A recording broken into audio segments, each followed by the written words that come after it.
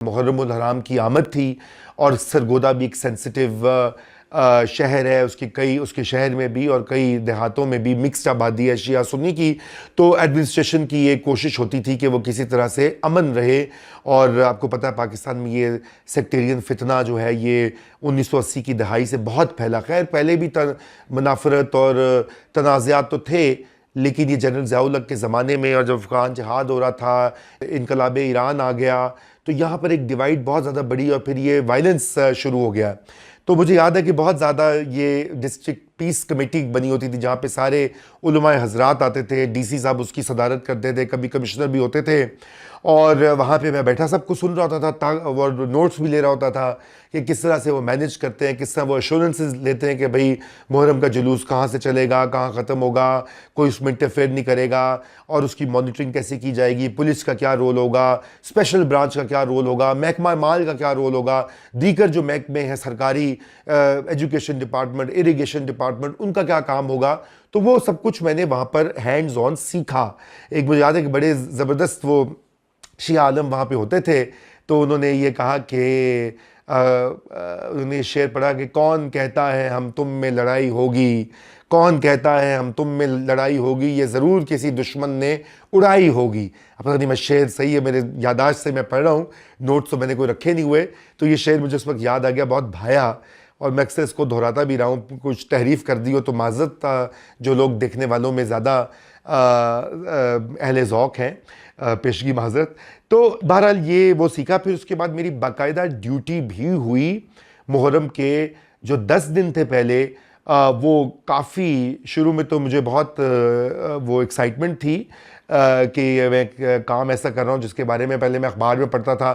دیکھیے جب ہم جس زمانے میں اسکول میں پڑھتے تھے، شیعہ سنی جو ڈفرینسز ہیں وہ اتنے پروناؤنس ہوتے تھے، ہمیں یہ بھی نہیں پتا ہوتا کلاس میں کون شیعہ ہے کون سنی ہے.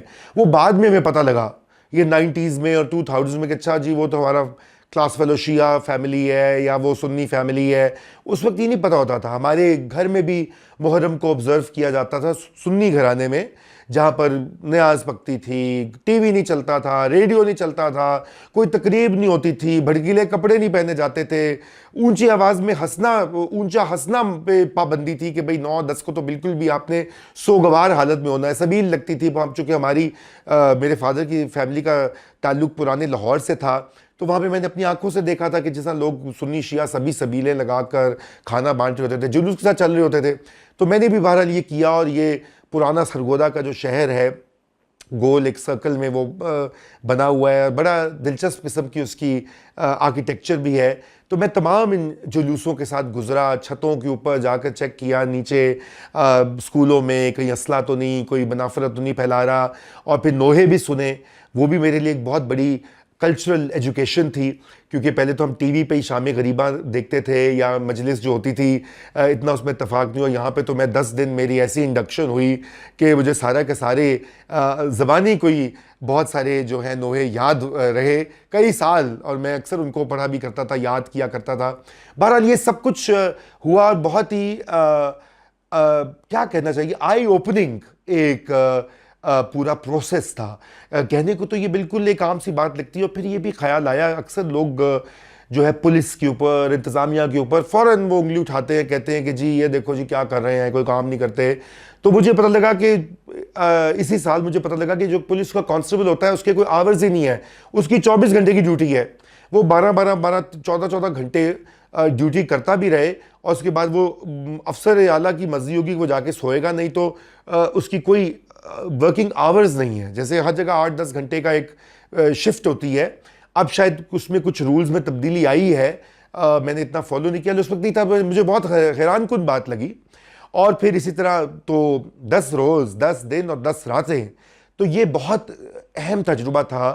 اور جتنی محنت سے انتظامیہ کام کری تھی، میرے ساتھ ایک میجسٹریٹ تھے، جاوید ان کا نام تھا، میں نام ان کا پورا بھول گیا، بہت دلچسپ تھے، اور وہ میری ان کے ساتھ جو ہے روز کا ملنا جلنا بھی تھا، اور میں ان کے ساتھ ہر جو میجسٹریل کام تھا اس میں شریک رہتا تھا، because I wanted to observe اور سیکھنا چاہتا تھا. تو جاوید صاحب جو تھے وہ مجھے کبھی اپنے گھر بھی لے کے جاتے تھے. دو شادیاں کر رکھی تھیں ان کی انہوں نے، وہ بتاتے تھے مزے مزے کے کھانے ان کے یہاں پکتے تھے. اور پھر تو جاوید میرے ساتھ ہوتے تھے ان جلوسوں میں، اور وہ بتاتے تھے کہ یہ یہاں پہ فلانا محلہ شرارتی ہے، اس میں یہ دو لوگ شرارتی رہتے ہیں، اس میں یہ دکاندار ہمیشہ کوئی نہ کوئی گڑبڑ کرتا ہے، کوئی غلط بات کہہ دیتا ہے، اس پہ نظر رکھو. تو اس زمانے میں تو فون بھی نہیں تھا، موبائل فون بھی نہیں تھا، کیمرہ بھی نہیں تھا، تو سب کچھ آپ کو آبزرو کرنا ہوتا تھا اور دماغ میں انفارمیشن کو پروسیس کرنا ہوتا تھا اور مینٹل نوٹس بنانے ہوتے تھے. یہ میں سمجھتا ہوں کہ سب سے بڑی جو ٹریننگ ہے، یہ تمام قانونی اور انتظامی چیزوں کے علاوہ یہ مینجمنٹ کے جو اصول ہیں کہ کس طرح سے آپ نے انفارمیشن کو کلیکٹ کرنا ہے، پرائرٹائز کرنا ہے اور کوئک فیصلہ کرنا ہے.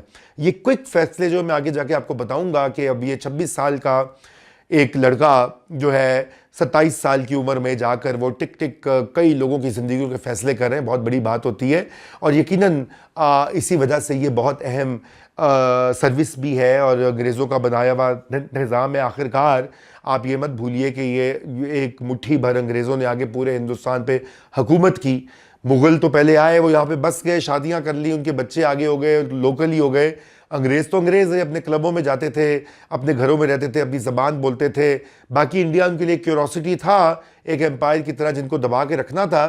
لیکن انہوں نے اس انتظامی ڈھانچے کے ساتھ ہی کوٹ ان کوٹ حکمرانی کی. تو بہرحال یہ ایک بڑا منفرد تجربہ تھا محرم کی ڈیوٹیز